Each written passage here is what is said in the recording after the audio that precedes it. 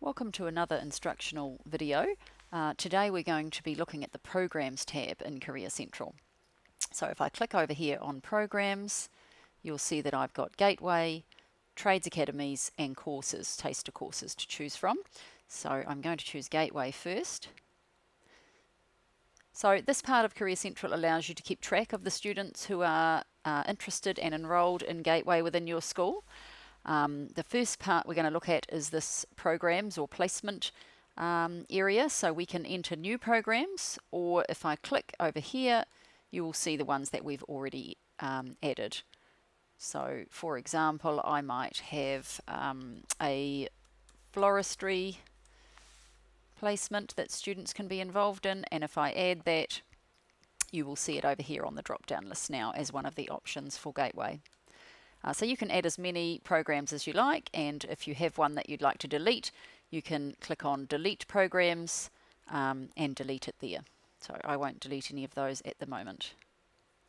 The status refers to whether the student is interested, enrolled, withdrawn or declined from Gateway, and again you can add a new status should you require it, or you can delete one of the existing status that are there if you don't need it. The declined one can be useful because you are able then to see if a student perhaps has shown some interest in Gateway but has not been suitable for the program for whatever reason. You might want to identify those students and work with them to get them work ready and allow them to be involved in the program in the future. So I'm going to just start typing the name of a student, and as we type we see all the students that are listed in Career Central. So let's take Billy, and let's record Billy as being interested in building. You can add notes here, so if a student was enrolled in Gateway, you might add here the exact placement details, the dates of when the student was out of school, the times, etc. And the year is 2017, so I'm going to submit that. And if we scroll down, you can see that we're creating a list of students who are interested or enrolled in various programs or placements within Gateway. If I scroll up, I can create a group within the group. So when I click begin there, you will see what's happened is boxes have appeared on the left hand side. Now I don't have too many students recorded here, but if you had a very large list, you might even want to use the search button. So I could, for example, search for all the students interested in building, and then I tick the ones I want. I'm going to tick them all actually, and I can create a group. So within my Gateway program, I've now made a group of just the students interested in building, and then I have these actions that I can perform with the group. So I might want to send them a text message, an email, an invite. I might want to print off their names and details for various reasons.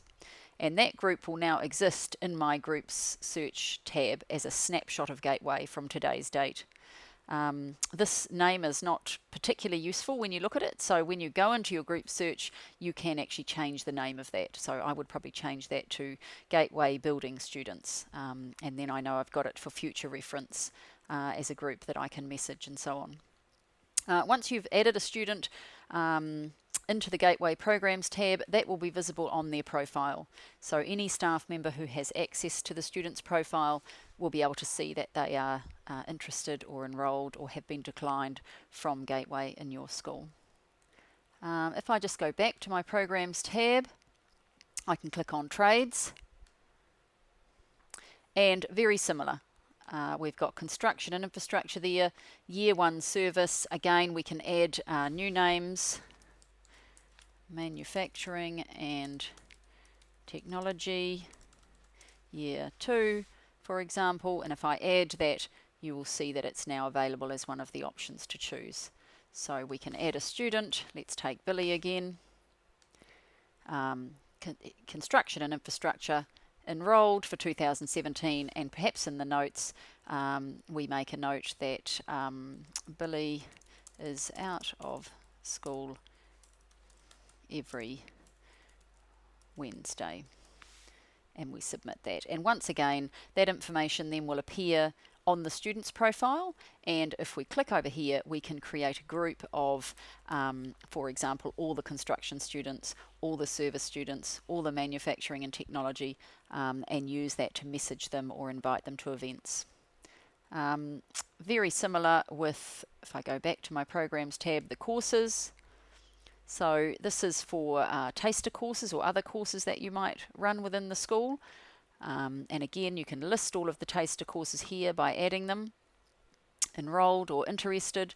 Again, you can add new statuses as required and make a list of those students.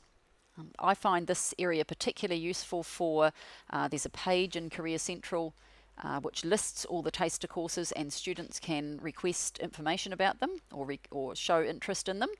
And when those requests start to come through onto my dashboard, I will record them in here as being interested in that taster course, so that if I do have a taster available, for example in occupational therapy, I can then search for all the students who've shown an interest in that taster and send them a message that there is a course coming up, and are they interested in attending, or send them an invite to that program.